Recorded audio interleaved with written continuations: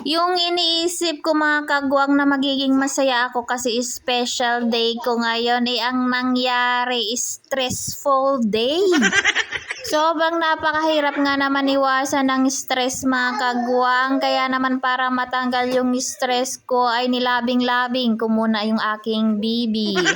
Bilang isang mami mga kagwang ay isa nga rin talaga itong nakakatanggal ng stress yung ating mga baby, and at the same time nakakapagbigay din ng stress sa atin.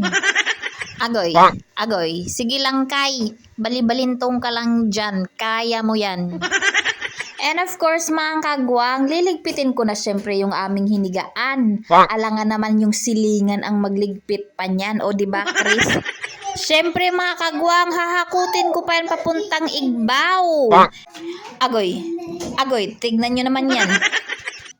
Crema asada.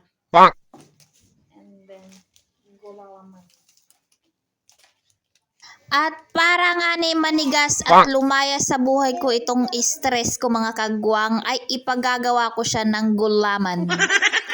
With pandan flavor, saktong-sakto sa init ng ulo ko at sa init ng panahon. Kuya Kim, baka naman it's weather lang.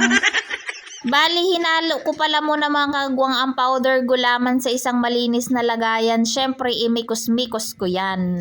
At nilagyan ko din siya ng tubig mga kagwang. Pagkatapos naman ay sinaling ko siya sa available pan at sinalang na sa mainit na apoy.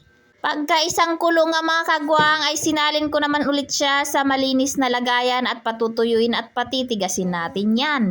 Makalipas nga ang ilang minuto mga kagwang, ayan na mas matigas pa sa ulo mo. At pagkatapos ko ang patigasin mga kagwang ay akin namang gagayat-gayatin gamit ang aking mahiwagang kutsilyo.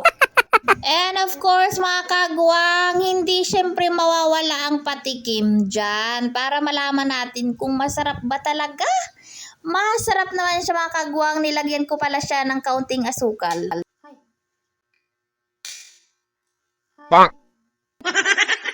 Agoy, bakit naman sa mukha ko napunta yung condense? Ibinuhos ko na nga sa gulaman ang krema asada mga kagwang, and of course, hindi pwedeng hindi natin sa erin yan.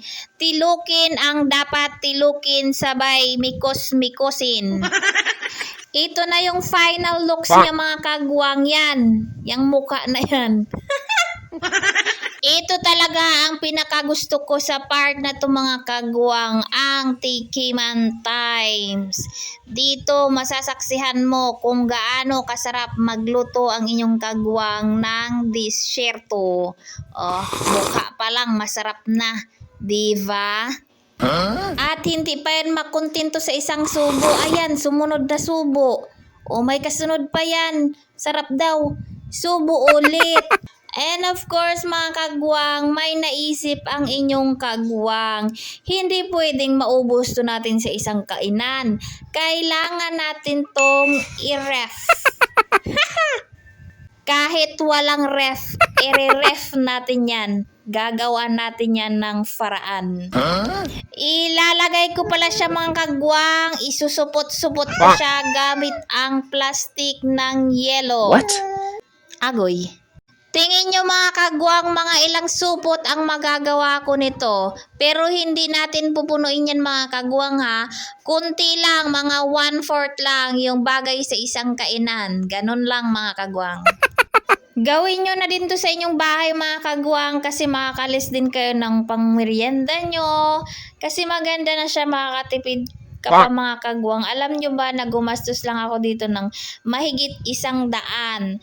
Tapos, makakain mo pa siya kinabukasan. Nakagawa nga pala ako ng 6 na piraso mga kagwang. Ngayon naman, ilalagay ko siya sa kaldero. What? At dyan ko siya lalagyan ng yelo. O, diba? Para-paraan lang mga kagwang para makasurvive sa mahal na gastusin. So, thank you for watching mga kagwang. Hanggang sa muling video. Bye-bye. Mwah!